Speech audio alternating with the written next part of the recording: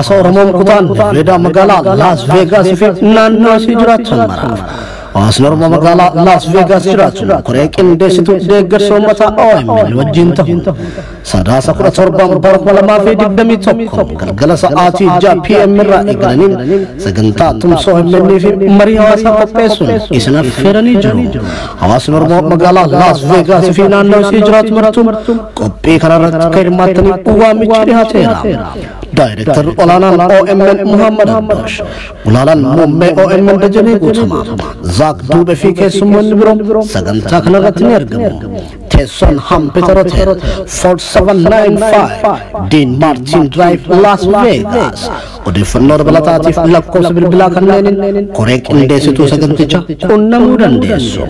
702-579-1955 702-445-9648 Kottaan hariiroo Oromoo fi Oromiyaa irratti waloon haa mari'annu. OMN utubuun saba bal'aaf sagalee haa taanu. OMN ijaa fi gurra uummataa. Koree qindeessituu sagantichaa Las Vegas, Nevada, USA.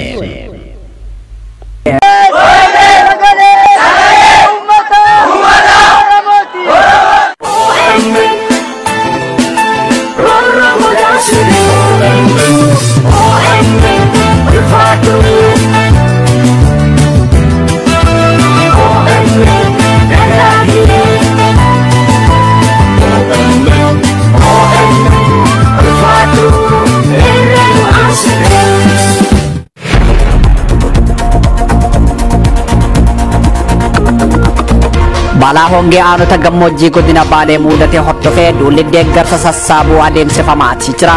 Oduu keenya har'aa kanaan jalqabna. Godina addaa saba Oromoo Walloo keessatti kan argamtu aanaa Jallee Dhummugaa magaalaa Sanbatee guyyaa kaleessaa waraanni bilisummaa Oromoo fi humni ittisa Tigraay to'achuu hordofee waraanni Abiyyi Ahmad halkan edaa sa'aatii 4 irraa jalqabee xayyaaraan haleelaa buluu jiraataan naannichaa Oromiyaa miidiyaan neetworkitti hime. Faayisaa Eliyaas Toqandeesse. Muddama siyaasaa fi waraana Itoophiyaa raasaa jiru hordofee giddugala wal morkii siyaasaa Itoophiyaa kan taate Oromiyaa keessatti labsiin uggura sochii labsame. Oduu keenya biraatiin. Sirni bilisiginnaa dhalattoota Tigraay Finfinnee fi guutuu biyyattii keessatti hidhamaa jiran akka booji'amtoota waraanaatti dhiyeessaa jiraachuun saaxilameetii jira. Oduu keenya biraatiin. Soomaaliyaan waraana gamtaa Afrikaa keessatti tajaajilaa kan turan loltoota Ugaandaa irratti murtee du'aa murteessite. Sadaasa 16 bara 2021 guyyaan kibxataa oduu har'aa dursuun kan isin faana turoon Na'imaa Umari.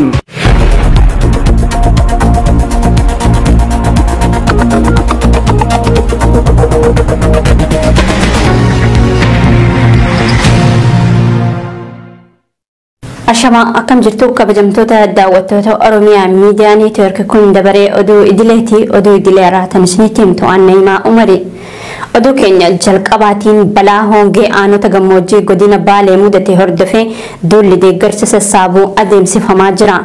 Aanota horsiisee bulaa gammoojjii godina Baalee kanneen akka Raayituu, Sawweenaa, Daawwee Sarar, Daawwee Qaachan, Gurra Dhaamolee, Beeltoo fi kanneen biroo keessatti beeyladoonni hedduun yoo dhuman kuma kurnootaan kanneen lakkaa'aman kufanii jiru.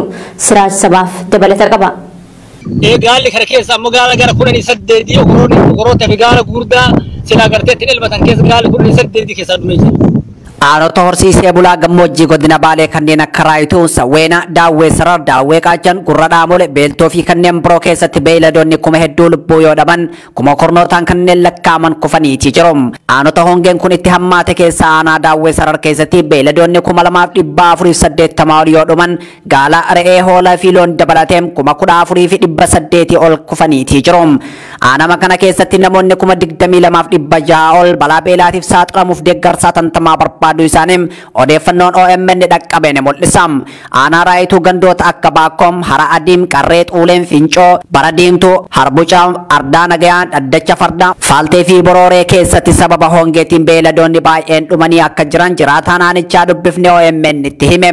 Aanaa Sawweenaa gandoota akka Haxaawwii, Digaluu, Arreeleem, Waangaya, Burqaa, Dharrom, Cirracha, Sororoo, Biyyoo, Kurriftuum, Dhalee, Mandooyyuu, Dikee, Gurraacha, Hadaahoo fi Caccabaam, Goraa fi Hacuraa keessatti keessatti haaluma wal fakkaatuun gaagaamni beeyladoota danuu irra gahaatti jira. Aanaa beeltoo kan buqqaatonni baay'een daangaa naannoo Sumaalee irraan bara 2017 buqqaan keessatti argaman keessattis balaan hongee kun gandoota akka Addeellee, Bahimaam, Gubisaam, Qorboo fi Gooroo Raayyaa dhaheetti jira.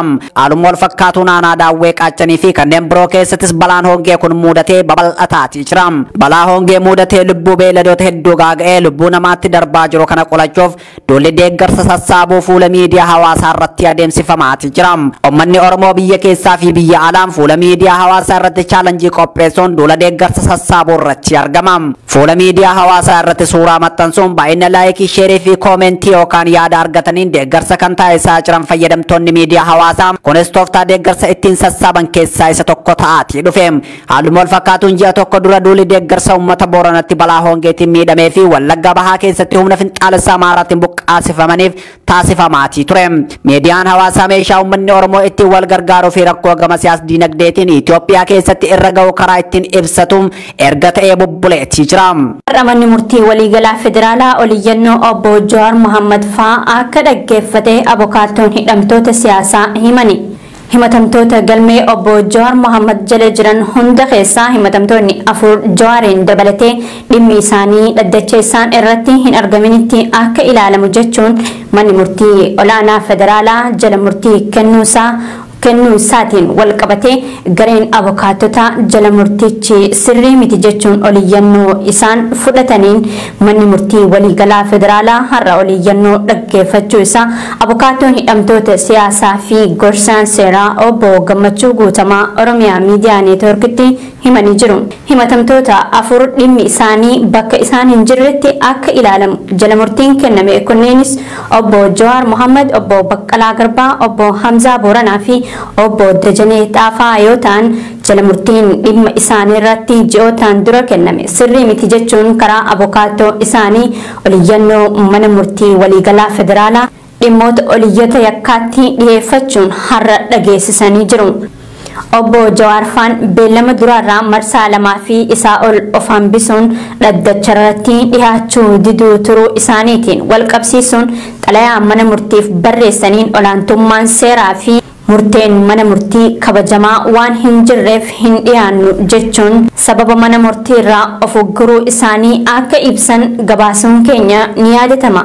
Bu'uuruma xalayaa isaan mana murtii olaanaa federaalaa ramaddii lidataatti dhaddachi akka farra shororkeessummaa fi dhimmoota heera tokkoffaatiif barreessan kanaan manni murtichaas kana booda dhimmi himatamtoota afran kanaa bakka isaan hin jirretti haa ilaalamu jechuun jala murtii erga kennee booda sagalee ragaa baatota bakka isaan hin jirretti fudhachuuf beellama bulfachuunsaa ni yaadatama. Hidhamtoonni siyaasaa kunneenis manni murtichaa gaaffii olaantummaa seeraa akka kabajamuu fi murteen manni murtii murteessu poolisii fi abbaa alangaa biratti akka eegamuuf jecha nuti gaafanne deebii faallaa argate jechuun karaa abukaattoo isaanii mana murtii waliigalaa federaalaatti oliyyata dhiyeeffachuu isaanii miseensi gurmuu abukaattota hidhamtoota siyaasaa Oromoo obbo Gammachuu Guutamaa Oromiyaa Miidiyaa Neetwoorkitti himanii jiru.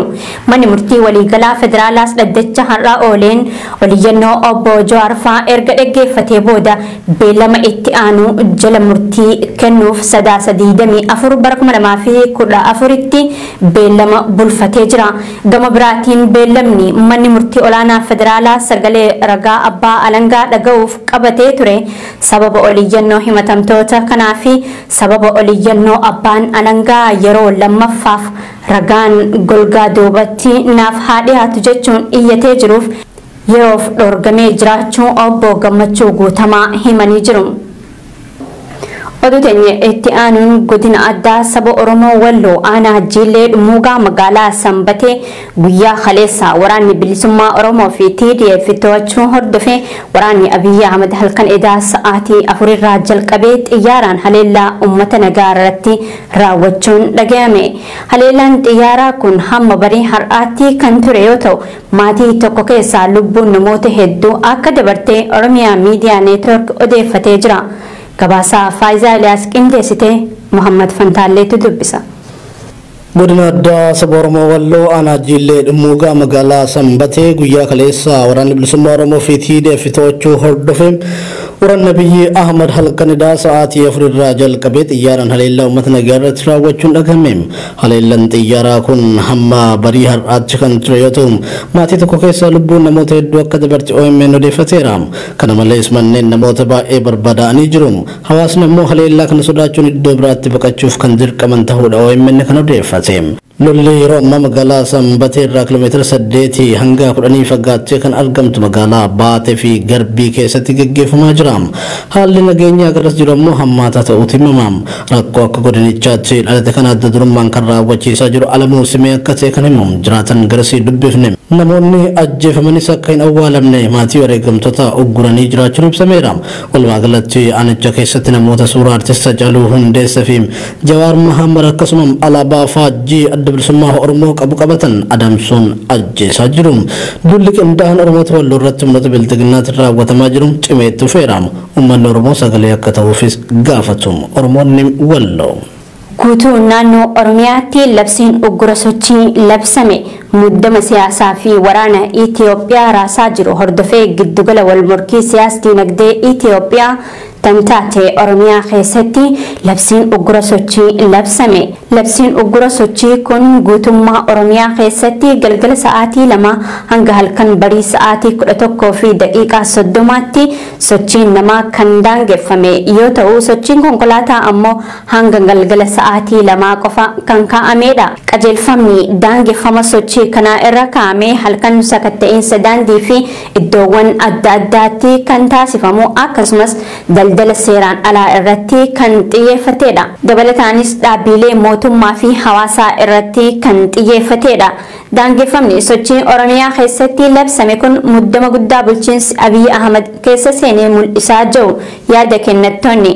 Labsii muddama guutuu Itoophiyaa keessatti labsame dhalattoonni Oromoo fi Tigree eenyummaa isaanii qofaaf kutaalee biyyattii garaagaraa keessaa guuramanii hidhamaa jiraachuu gabaasaa turuun keenya ni yaadatama.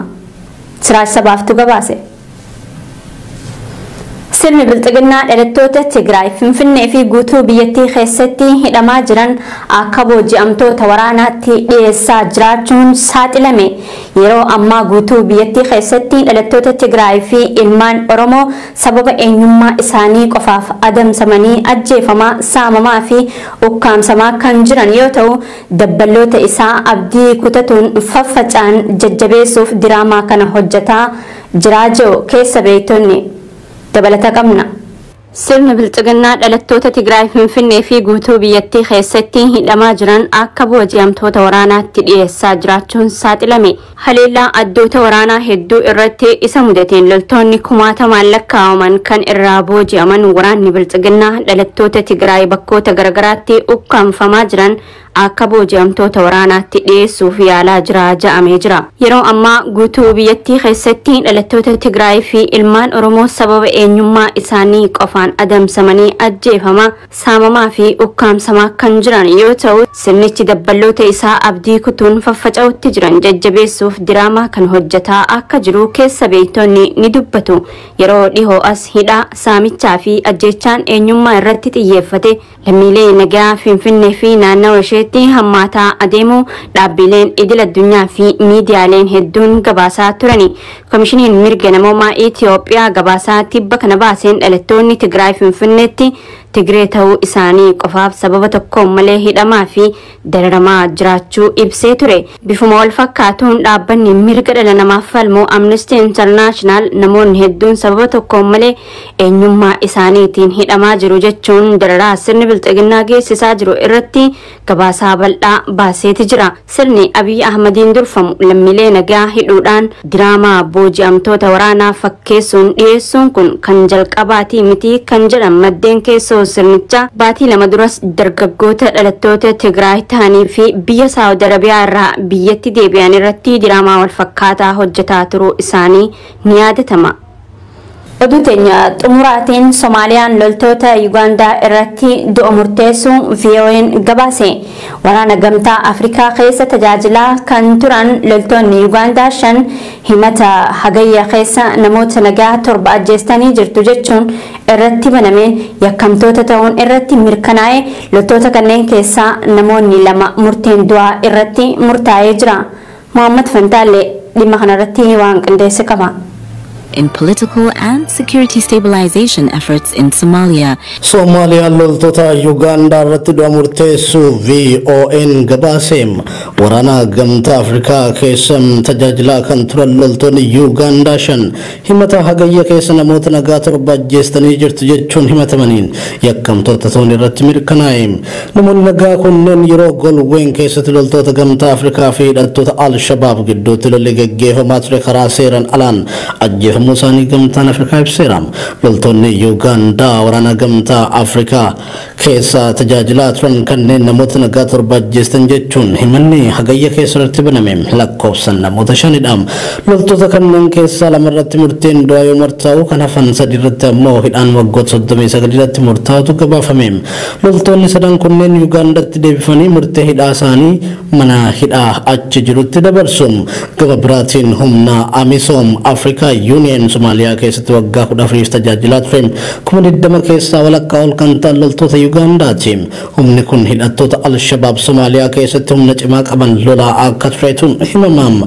Loltoota Uganda kana bobbaasuuf murtoo Ugandaan goote kun kan dhufe African Union sochii waraana Somalia keessatti qabu guddisuu akka barbaadu beeksisu isaanii ji'a tokko booda yoo ta'u kunis UN fi mootummaa Soomaaliyaan raggaasifamuu qaba jedhame. Gabaasa BBC irraa qindeeffanneen ergamni keenya Soomaaliyaa keessatti humnoota Al-Shabaab fi hidhattoota biroo dadhabsiisuudhaan kana gochuufis nageenya uummataa nagaa eeguuf itti gaafatamummaa hunda qabna jechuun Koomaandarri Uganda Birgaadeer Jeneraal Doon Nabaasaa ibsa sanbata baasaniin himanii jiru. Maatiin namoota ajjeefamanii tokko tokkoon dhaddacha Ugandaan qindeeffame magaalaa guddittii Soomaaliyaa Maqdishoo keessatti gaggeeffame irratti argamuu isaanii VOA'n gabaaseera. Maddii VOA fi BBCdha. Hayyee kabajamtoota daawwattoota Oromiyaa Miidiyaa Neetwork oduun galgala kanaaf qabannee dhiyaannee isaan gaammaatti daawwachaa turtan kana fakkaataa oduu isinitti himuun isin faanatan turte ani Na'imaa Umarii gama ogummaa kaameeraa fi gulaallii suur-sagaatiin Tuujii Muhammad nafaana ture. Gama hiyyaan nagaatti isiniin jechaa qophiilee Oromiyaa Miidiyaa Neetwork tanneen hafanii waliin turtii gaarii.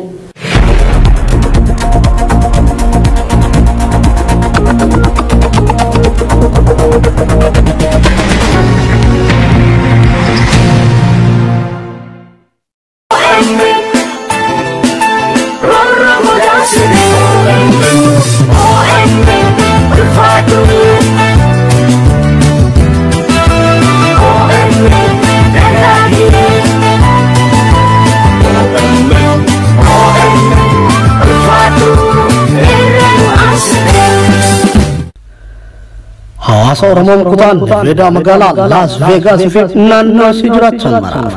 Hawaasni Oromoo magaalaa Las Vegas jiraatu koree qindeessitu deeggarsa uummataa OMN wajjin ta'u sadaasa 17 bara 2021 galgala sa'aatii 6 PM irraa eegalaniin sagantaa tumsa OMN fi marii hawaasaa qopheessuun isin affeeranii jiru. Hawaasni Oromoo magaalaa Las Vegas fi naannoo isii jiraatu maratuun qophii kanarratti akka hirmaattaniif waamichi dhiyaateera. Director olaanaan OMN Muhammad Abbash, ulaalaan muummee OMN Dajanee Guutamaa, Zaak Duubee fi keessummoonni biroo sagantaa kanarratti ni argamu. Teessoon Hampita Hotel 4795 Dean Martin Drive Las Vegas.